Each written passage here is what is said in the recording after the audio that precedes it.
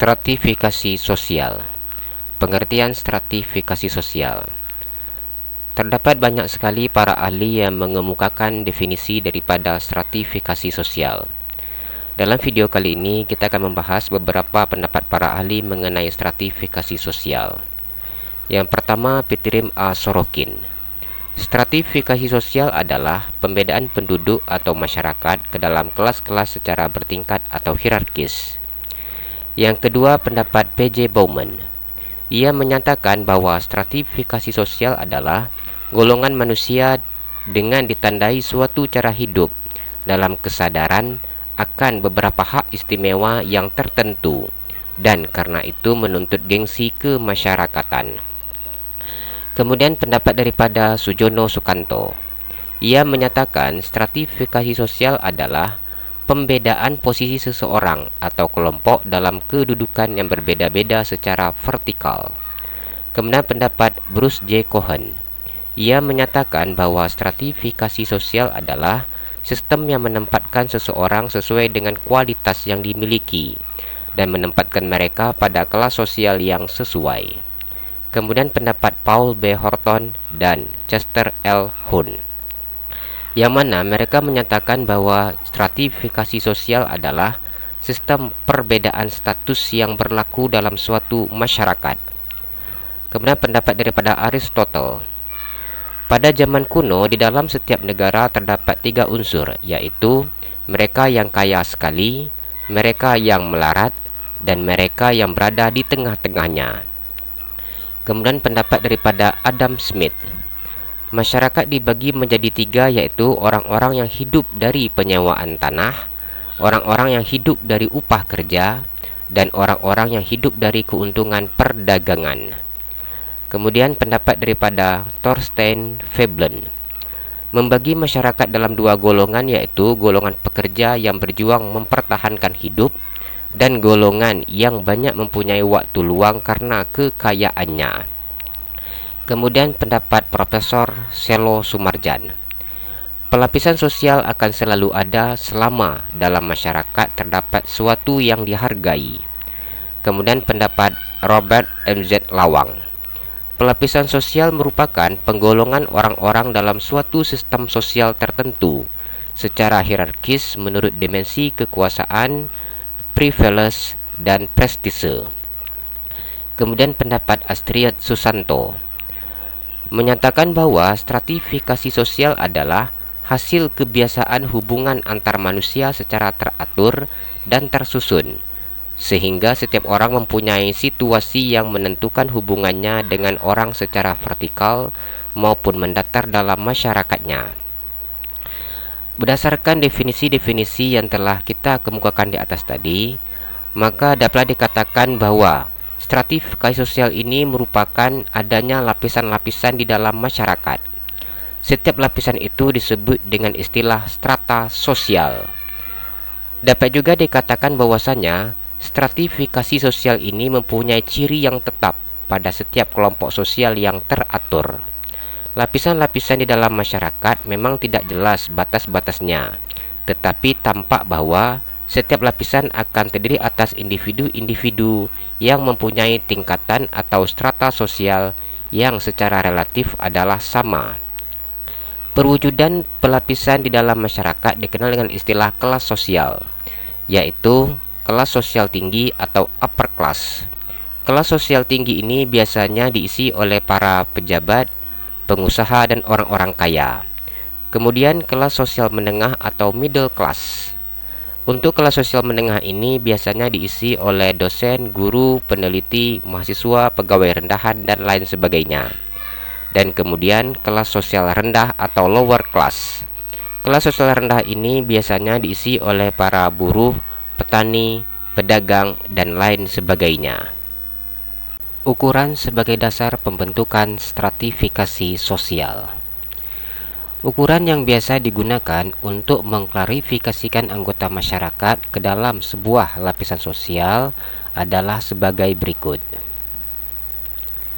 Yang pertama adalah ukuran kekayaan. Kekayaan biasanya berkaitan dengan pendapatan seseorang.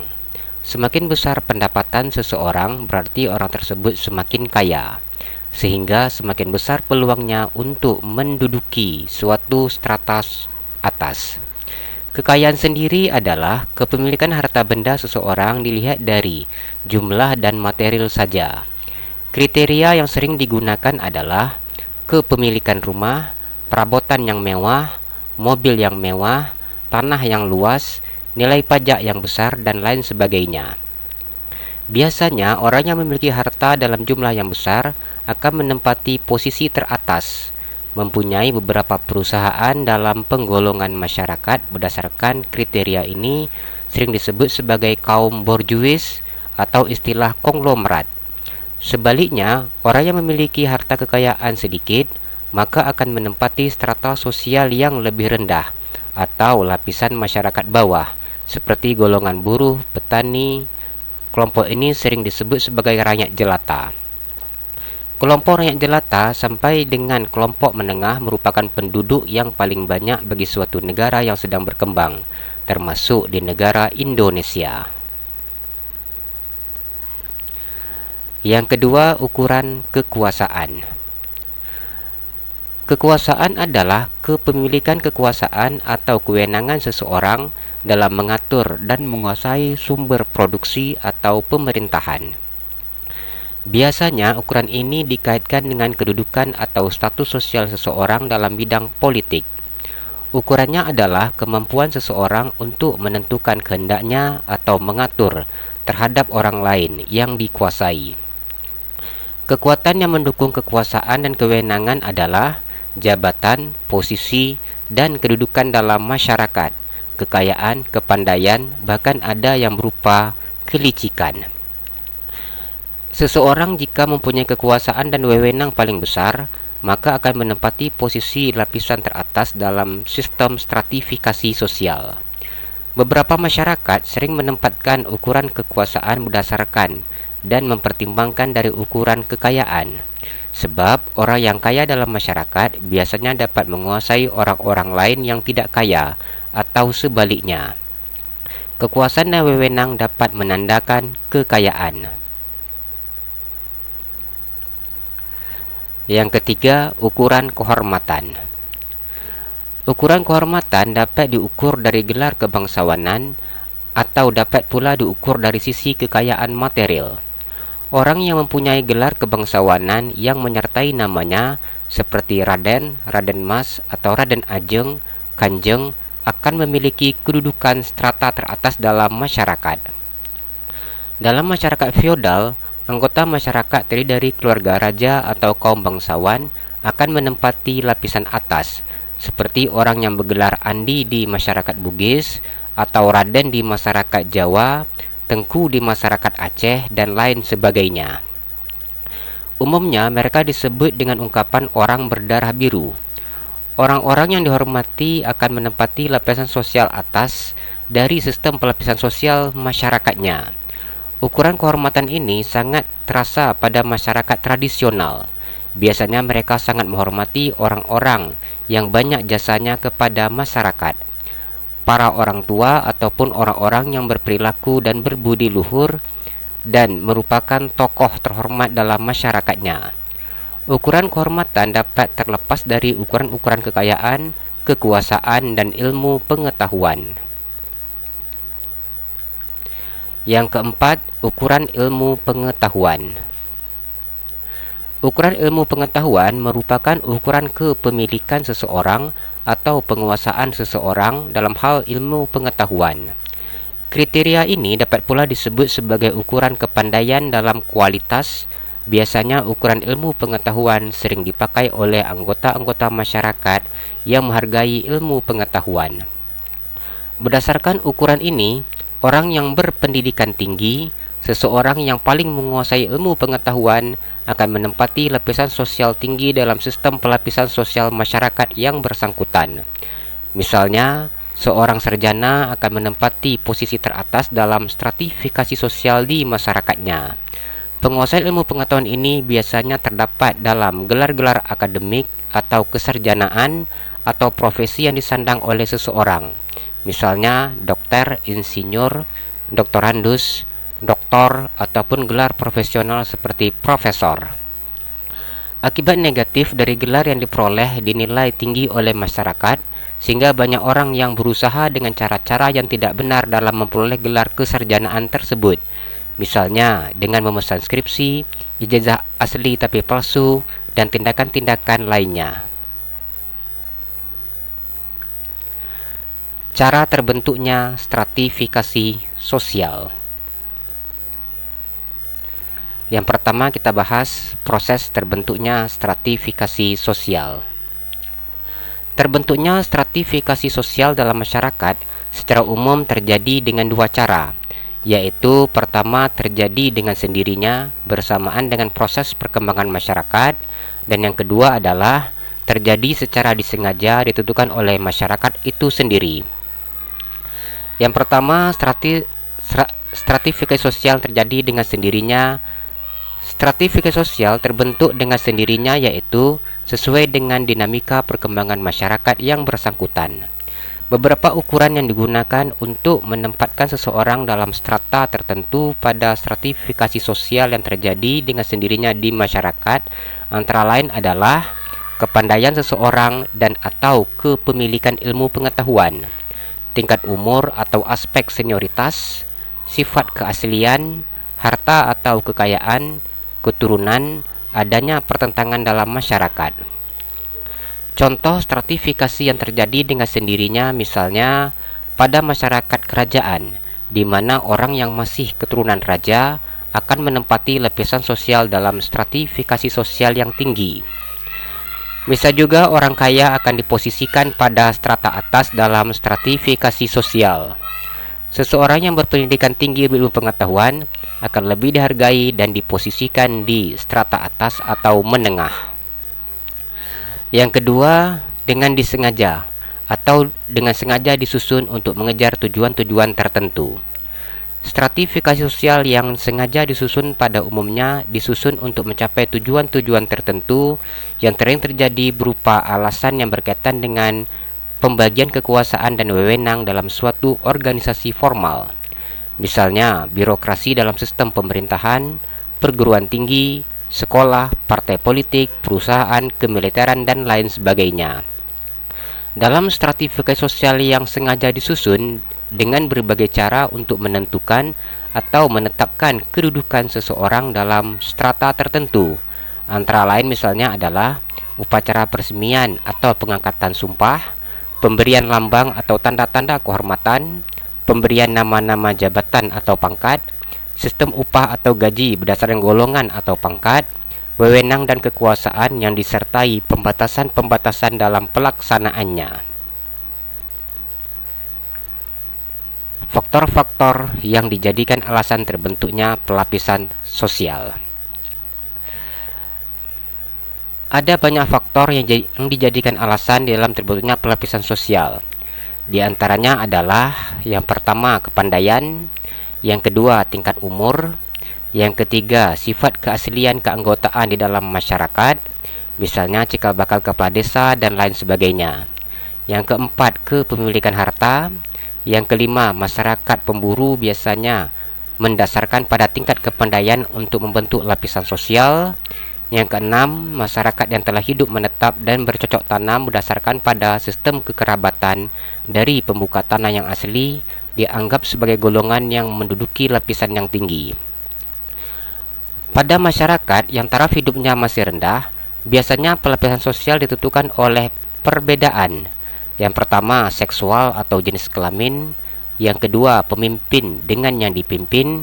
Yang ketiga, golongan budak dengan bukan budak. Dan yang keempat adalah kekayaan dan usia. Faktor pendorong terciptanya stratifikasi sosial. Beberapa faktor umum yang dapat mendorong terciptanya stratifikasi sosial adalah: yang pertama, perbedaan ras dan budaya.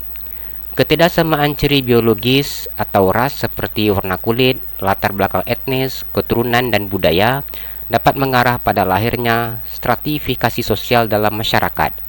Dalam hal ini biasanya akan terjadi penguasaan grup yang satu terhadap grup yang lain. Yang kedua, pembagian tugas. Hampir semua masyarakat, lebih-lebih masyarakat modern, menunjukkan adanya sistem pembagian tugas yang bersifat khusus atau spesialisasi. Posisi-posisi dalam spesialisasi ini berkaitan dengan perbedaan fungsi, stratifikasi, dan kekuasaan dari order sosial yang muncul.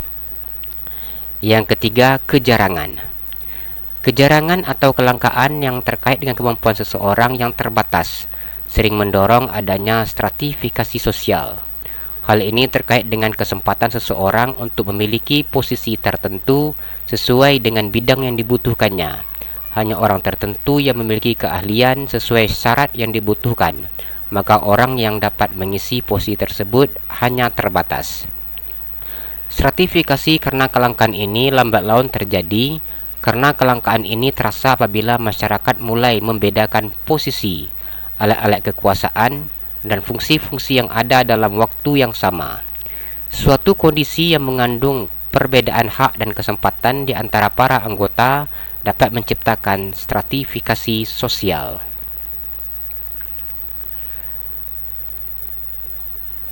Yang keempat, sifat-sifat stratifikasi sosial. Dilihat dari sifat-sifatnya, stratifikasi sosial dapat dibedakan menjadi dua, yaitu yang pertama adalah stratifikasi sosial tertutup dan yang kedua adalah stratifikasi sosial terbuka. Sekarang kita bahas yang pertama, stratifikasi sosial tertutup atau closed social stratification. Stratifikasi sosial tertutup adalah bentuk stratifikasi sosial yang anggota dari setiap stratanya sulit melakukan mobilitas sosial. Anggota kelompok dalam satu strata dalam masyarakat tidak dengan mudah melakukan perpindahan atau gerak sosial yang bersifat vertikal, baik naik maupun turun. Dalam hal ini, anggota kelompok hanya dapat melakukan mobilitas yang bersifat horizontal. Sistem stratifikasi sosial tertutup sangat membatasi atau tidak memberi kesempatan seseorang untuk melakukan perpindahan dari suatu strata ke strata sosial yang lainnya, baik ke atas maupun ke bawah. Dalam sistem ini, satu-satunya jalan untuk masuk menjadi anggota dari suatu strata tertentu dalam masyarakat adalah dengan kriteria kelahiran. Atau contohnya adalah sistem stratifikasi sosial tertutup, misalnya sistem kekastaan masyarakat yang terdapat di Indonesia.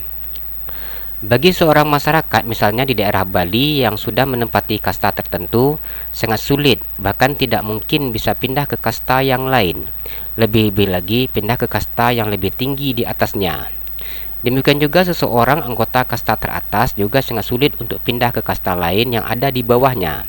Perpindahan kemungkinan bila ada seseorang yang melakukan pelanggaran berat, sehingga adat memutuskan hukuman tertentu sehingga seseorang tersebut dikeluarkan atau diturunkan keanggotaan kekastaannya.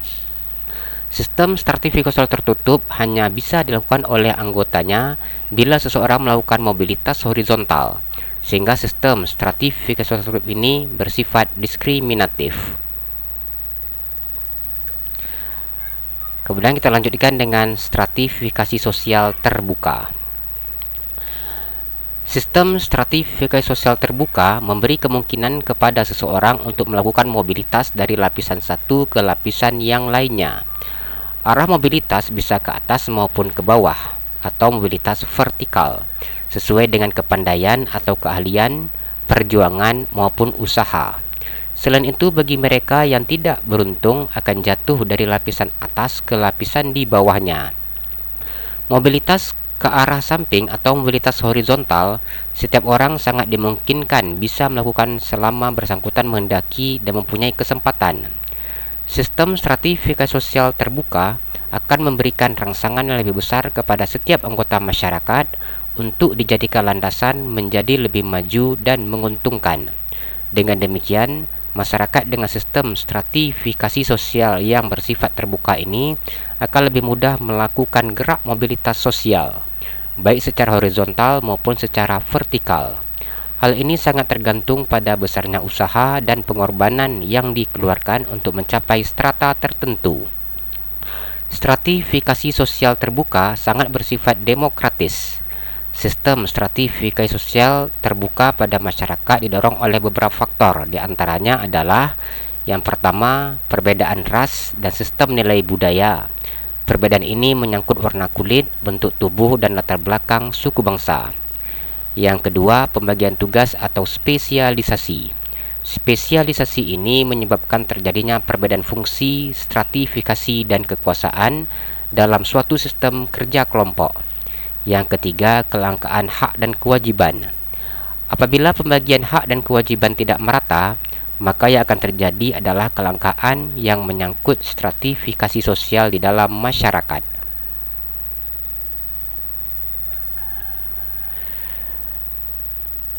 Kemudian, stratifikasi sosial campuran.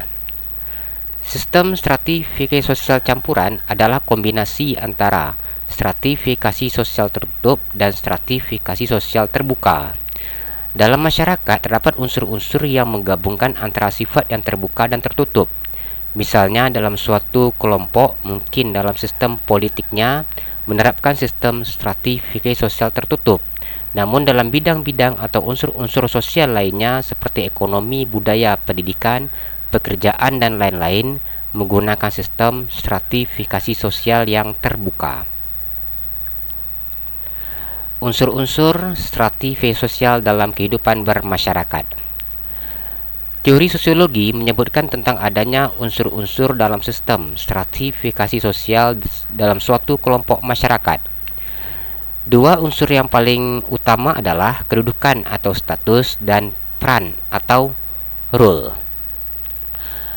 Kedudukan dan peran merupakan unsur baku dalam sistem stratifikasi sosial dan mempunyai peranan yang sangat penting. Artinya, dalam sistem sosial sendiri adalah pola-pola yang mengatur hubungan antara individu dalam kelompok dan individu dengan masyarakat, karena hubungan timbal balik keduanya menentukan kelangsungan dan keseimbangan di dalam kehidupan bermasyarakat. Gambaran tentang kedua unsur, kedudukan dan peran tersebut dapat kita lihat dalam pembahasan berikut ini. Yang pertama kita bahas adalah kedudukan atau status. Kedudukan merupakan posisi seseorang dalam suatu kelompok sosial, merupakan tempat seseorang secara umum dalam masyarakatnya sehubungan dengan orang lain, meliputi lingkungan pergaulannya, prestisenya, dan hak-hak serta kewajibannya. Kedudukan ini kadangkala dibedakan antara kedudukan dalam arti status dengan kedudukan sosial atau status sosial. Dalam pembahasan ini, kedudukan diartikan sama, yaitu sebagai kedudukan saja. Kedudukan adalah posisi sosial yang merupakan tempat di mana seseorang menjalankan kewajiban-kewajiban dan berbagai aktivitas lain, yang sekaligus merupakan tempat bagi seseorang untuk menanamkan harapan-harapan. Kedudukan merupakan posisi sosial seseorang dalam suatu hierarki dalam kelompok masyarakat. Ada beberapa ciri-ciri penentuan status, seperti yang dikatakan oleh Talcott Person, yang menyebutkan adanya 5 kriteria yang bisa digunakan untuk menentukan status atau kedudukan seseorang di dalam kelompok masyarakatnya, yaitu yang pertama adalah kelahiran, yang kedua kualitas individu, yang ketiga prestasi, yang keempat kepemilikan, dan yang kelima adalah otoritas. Yang kedua, peranan atau role. Peranan merupakan perbuatan seseorang dengan cara tertentu dalam menjalankan hak dan kewajibannya sesuai dengan kedudukan yang dimilikinya. Peranan merupakan aspek dinamis dari kedudukan, karena bila seseorang melaksanakan hak dan kewajibannya sesuai dengan kedudukan yang dimilikinya, maka ia akan menjalankan peranannya. Antara kedudukan dan peranan, keduanya memang tidak dapat dipisahkan, karena saling tergantung satu dengan yang lainnya. Tidak ada peranan tanpa kedudukan, atau sebaliknya tidak ada kedudukan tanpa peranan. Setiap orang mempunyai peranan yang bermacam-macam sesuai dengan kedudukan dalam pola kehidupannya. Peranan sangat menentukan perbuatan serta kesempatan apa yang dilakukan bagi masyarakat, karena peranan mengatur perilaku seseorang sesuai dengan kedudukannya. Dengan demikian, peranan menentukan seseorang berperilaku dalam batas-batas tertentu, sehingga seseorang harus menyesuaikan perilakunya sendiri sesuai dengan kehidupan kelompoknya. Selain itu, peranan juga bisa untuk meramal atau memprediksi perilaku orang lain sesuai dengan kedudukannya. Peranan diatur dan dikendalikan oleh norma-norma yang berlaku dalam masyarakat, terletak pada hubungan sosial yang menyangkut dinamika dan cara-cara bertindak dengan berdasarkan norma-norma yang berlaku dalam masyarakat. Fasilitas untuk menjalankan peran adalah lembaga-lembaga sosial yang ada dalam masyarakat. Peranan menunjukkan suatu proses dari fungsi dan kemampuan seseorang dalam mengadaptasi diri dalam lingkungan sosialnya. Dalam kehidupan bermasyarakat, peranan diartikan sebagai perilaku yang diharapkan oleh pihak lain dalam melaksanakan hak dan kewajiban sesuai dengan kedudukannya. Menurut salah seorang tokoh sosiolog yaitu Levinson, ada 3 hal yang mencakup dalam peranan ini. Yang pertama adalah peranan meliputi norma-norma yang dihubungkan dengan posisi atau kedudukan seseorang dalam masyarakat. Peranan di sini merupakan serangkaian peraturan yang menjadi pedoman seseorang dalam kehidupan masyarakat. Yang kedua, peranan merupakan konsep tentang apa yang dapat dilakukan oleh seseorang dalam masyarakat sebagai organisasi. Dan yang ketiga adalah peranan merupakan perilaku seseorang yang penting bagi struktur sosial masyarakat. Fungsi stratifikasi sosial. Stratifikasi sosial dalam masyarakat memiliki banyak sekali fungsi. Di antaranya adalah yang pertama, sebagai alat bagi masyarakat untuk menjalankan tugas-tugas pokok. Yang kedua, stratifikasi sosial dapat menyusun dan mengatur serta mengawasi hubungan-hubungan di antara individu-individu yang terdapat di dalam masyarakat. Yang ketiga, stratifikasi sosial mempunyai fungsi pemersatu dengan mengkoordinasikan unit-unit yang ada dalam stratifikasi sosial. Yang keempat, stratifikasi sosial memudahkan manusia untuk saling berhubungan di antara mereka. Yang kelima, stratifikasi sosial memecahkan persoalan yang dihadapi masyarakat, yaitu penempatan individu dalam tempat-tempat yang tersedia dalam struktur sosial dan mendorongnya agar melaksanakan kewajibannya yang sesuai dengan kedudukan serta perannya. Yang keenam, distribusi hak-hak istimewa yang objektif seperti menentukan penghasilan, tingkat kekayaan, keselamatan, dan wewenang pada jabatan atau pangkat atau kedudukan seseorang. Yang ketujuh, sistem tingkatan pada strata yang diciptakan masyarakat yang menyangkut prestise dan penghargaan. Misalnya pada seseorang yang menerima anugerah penghargaan atau gelar atau kebangsawanan dan lain sebagainya. Yang kedelapan, kriteria sistem pertentangan dan persaingan apakah didapat melalui kualitas pribadi, keanggotaan kelompok, kerabat, milik, wewenang, dan kekuasaan. Yang kesembilan, penentu lambang-lambang simbol status sosial atau kedudukan seperti cara berpakaian, bertingkah laku, bentuk rumah, dan lain sebagainya. Yang kesepuluh, penentu tingkat mudah sukarnya berganti kedudukan. Dan yang terakhir ke-11 adalah alat solidaritas di antara individu atau kelompok yang menduduki sistem sosial yang sama di dalam masyarakat. Bentuk-bentuk stratifikasi sosial. Dalam masyarakat selalu dijumpai berbagai bentuk stratifikasi sosial. Berdasarkan atas klasifikasi kelas-kelas sosial yang ada di masyarakat, bentuk-bentuk itu akan dipengaruhi oleh beberapa kriteria atau faktor apa yang dijadikan dasar pembagian dan pembentukannya. Terbentuknya stratifikasi sosial dikarenakan adanya sesuatu yang dihargai dan dianggap bernilai di dalam kehidupan bermasyarakat. Sesuai dengan perkembangan zaman yang senantiasa berubah-ubah, sesuatu yang dihargai dan dianggap bernilai saat ini di dalam masyarakat pada saat lainnya akan berubah atau mengalami perubahan. Perubahan tersebutlah yang menjadikan bentuk-bentuk stratifikasi sosial semakin beragam. Secara umum, klasifikasi stratifikasi sosial terdiri atas 3 kelompok atau bentuk, yaitu yang pertama adalah kelas sosial atas. Kelas atas terdiri atas kelompok orang-orang kaya yang dengan keleluasaannya memenuhi keperluan hidup dan kebutuhan hidupnya. Kelompok ini diantaranya adalah pengusaha, tuan tanah, saudagar, konglomerat, kaum borjuis, kapitalis, bangsawan, dan lain sebagainya. Kelompok sosial atas ini merupakan kelompok dengan jumlah terkecil yang ada di dalam masyarakat. Yang kedua, kelompok sosial menengah. Kelas sosial menengah terdiri atas kelompok orang-orang yang berkecukupan, bisa memenuhi kebutuhan pokoknya. Mereka terdiri atas pegawai negeri, petani, pedagang.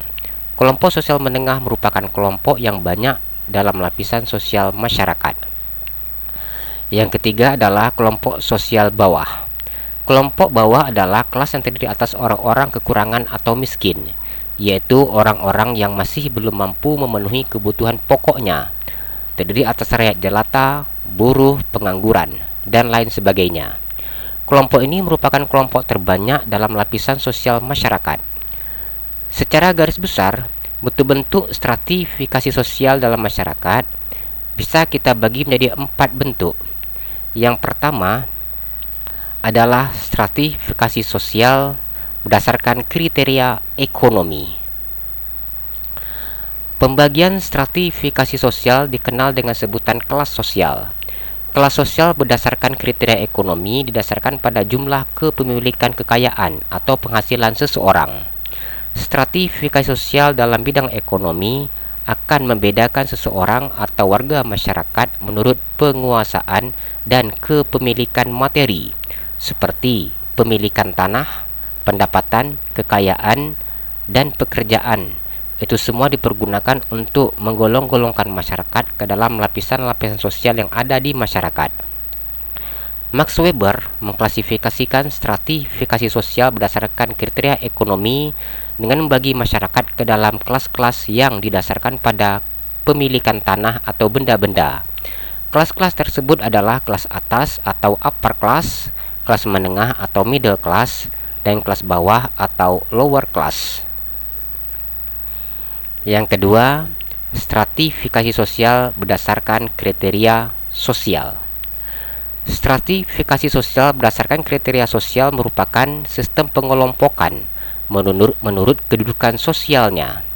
Pengelompokan ini melihat pembedaan seseorang sebagai anggota masyarakat ke dalam kelompok tingkatan sosial berdasarkan kedudukan sosialnya. Seorang anggota masyarakat yang memiliki kedudukan sosial yang terhormat menempati kelompok sosial tertinggi, sedangkan anggota masyarakat yang tidak memiliki kedudukan sosial akan menempati pada lapisan lebih rendah. Penilaian seseorang dalam masyarakat diukur dari prestise atau gengsi yang ada. Contoh, seorang akan lebih suka bekerja sebagai pegawai negeri dibandingkan sebagai karyawan perusahaan, apalagi sebagai buruh, karena kedudukan PNS atau pegawai negeri lebih tinggi dipandang masyarakat daripada pekerjaan yang lainnya. Berdasarkan kedudukan sosialnya, seorang tokoh agama atau tokoh masyarakat akan menempati posisi tinggi dalam pelapisan sosial. Stratifikasi sosial berdasarkan kriteria ini bersifat tertutup. Stratifikasi sosial demikian umumnya terdapat dalam masyarakat feodal, masyarakat kasta, dan masyarakat rasial. Yang ketiga, stratifikasi sosial berdasarkan kriteria politik. Stratifikasi sosial yang berdasarkan kriteria politik merupakan penggolongan anggota masyarakat berdasarkan pada wewenang atau tingkat kekuasaan yang dimiliki. Semakin besar wewenang dan kekuasaan yang dimiliki oleh seseorang, maka semakin tinggi pula status orang tersebut di dalam kehidupan masyarakat. Biasanya, orang tersebut ditempatkan pada lapisan masyarakat atas atau tinggi. Stratifikasi sosial berdasarkan kriteria politik berhubungan dengan kewenangan dan kekuasaan yang dimiliki menimbulkan adanya pihak yang menguasai mereka, mempunyai kewenangan untuk mengatur atau memerintah, dan ada pihak yang dikuasai. Stratifikasi sosial berdasarkan kriteria politik mengakibatkan masyarakat terbagi menjadi dua kelompok besar, yaitu yang pertama adalah kelompok lapisan atas. Lapisan ini merupakan kelompok dominan atau menguasai, yaitu terdiri dari kaum elit politik mempunyai kedudukan sosial yang terhormat menempati lapisan tertinggi. Biasanya jumlahnya tidak begitu banyak. Yang kedua adalah kelompok lapisan bawah, merupakan kelompok yang dikuasai. Mereka dari kelompok lapisan bawah biasanya berjumlah lebih banyak bila dibandingkan dengan kelompok lapisan atas. Yang keempat, stratifikasi sosial berdasarkan kriteria pendidikan. Tingkat pendidikan yang dicapai seseorang akan berpengaruh terhadap kelas sosial, dan keduanya saling mempengaruhi. Hal ini dikarenakan untuk mencapai pendidikan yang tinggi diperlukan biaya yang cukup banyak. Selain itu diperlukan juga motivasi, kecerdasan, dan ketekunan. Oleh karena itu, pada jenjang kelas sosial tertentu, orang yang mampu menempuh pendidikan ke jenjang yang paling tinggi. Jenjang pendidikan yang dicapai seseorang akan berpengaruh terhadap status sosial seseorang di dalam masyarakat. Seseorang yang berpendidikan tinggi hingga bergelar doktor tentunya akan berstatus lebih tinggi dibandingkan dengan seseorang yang hanya lulusan sekolah dasar atau SD. Seseorang yang berpendidikan tinggi diakui juga bahwa orang tersebut mempunyai ilmu pengetahuan yang tinggi. Ilmu pengetahuan sering dipakai oleh anggota-anggota masyarakat untuk menghargai seseorang dalam masyarakat atau kelompoknya. Seseorang yang paling menguasai ilmu pengetahuan akan menempati lapisan tinggi dalam sistem pelapisan sosial masyarakat yang bersangkutan.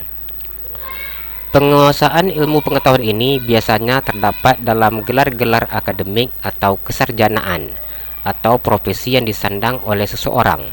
Misalnya sarjana bidang tertentu, dokter, insinyur, doktor, ataupun gelar profesional seperti profesor.